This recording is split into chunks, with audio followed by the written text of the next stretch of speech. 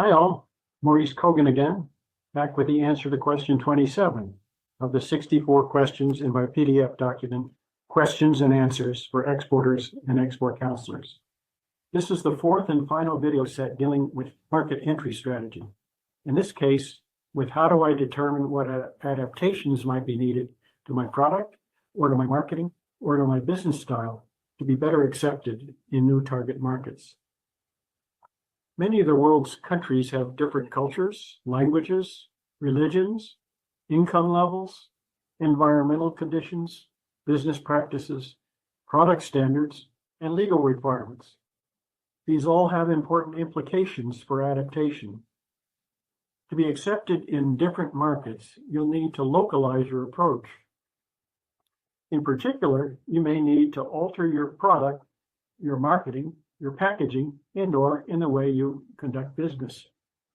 For example, your product won't sell as is if it's incompatible with local health, electrical, and technical standards. Low-income countries may want less costly versions of your product, such as no frills or second generation. Some countries may require added protections against abnormal temperatures, humidity, pest infestations, and pollutants.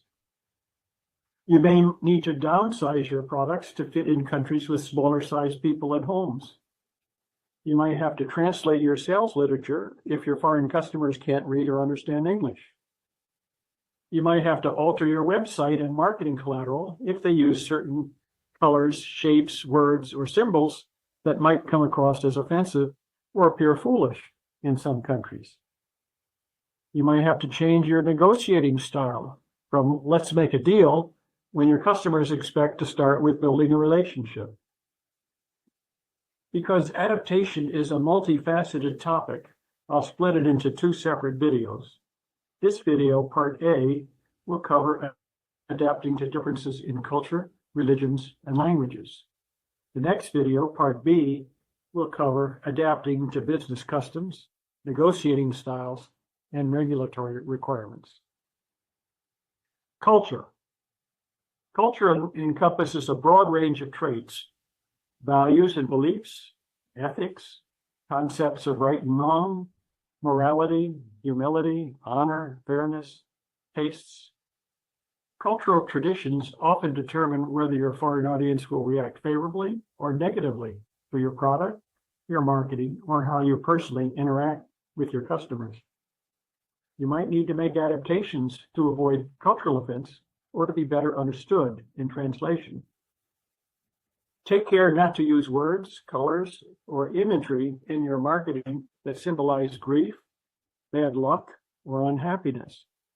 Logos can create good or bad impressions in different countries, particularly if depicting animals or astrological symbols. Colors are also problematic, as they inspire positive emotions in some countries and negative in others. For example, yellow conveys happiness and warmth in most of North America, but death, sorrow, and mourning in Latin America. Red represents happiness, joy, and celebration in most Asian countries, but symbolizes caution, danger, and evil in Middle Eastern countries. Religion. An estimated 80% of the world's population is religiously affiliated in some way or other, and every country has at least one dominant religion.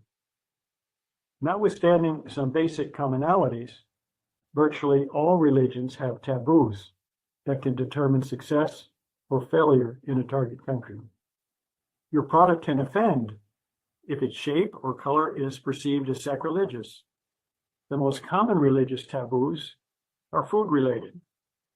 For example, in Hindu India, cows are sacred and beef is prohibited.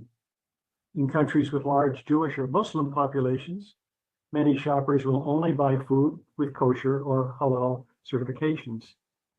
Your marketing can fail if it uses images, words, and shapes considered sacrilegious. This doesn't mean you must try to adapt your product or marketing to every existing religion.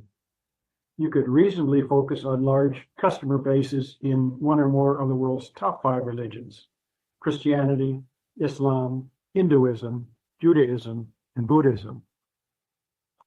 Language. Every country has a primary language, and most also have other regional or indigenous languages. For example, India is largely Hindi speaking, but also has 21 other major languages and over 720 different dialects. English is a fairly universal business language, but may not be understood at all or by large segments of a country's consuming public. You can address language differences by translating versions of your website, marketing materials, and written communication into target country languages. However, with 200 plus countries and their many different languages, it obviously makes no sense to translate into every possible language. Better to limit translations to one or more of the most widely spoken languages: Spanish, French, and Chinese. Unless your target is a single large market with only one major language, such as Germany or Japan.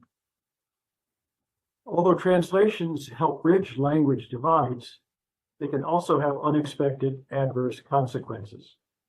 Some words, idioms, or country slogans that resonate at home may translate into laughable or even morally offensive meanings elsewhere. For example, Kentucky Fried Chicken's "finger licking good" slogan was interpreted as "eat your fingers off" in China. PepsiCo's "Come Alive with Pepsi" translated as "Pepsi brings your ancestors back from the dead" in Taiwan. Core's slogan "Turn it loose" translated into a Spanish colloquial term for having diarrhea. The list goes on. Well, that's it for adaptation part A. The next video on adaptation strategy, part B, will cover needs to adapt to business customs and regulatory requirements, including health, safety, and technical standards. Until then, thanks for listening.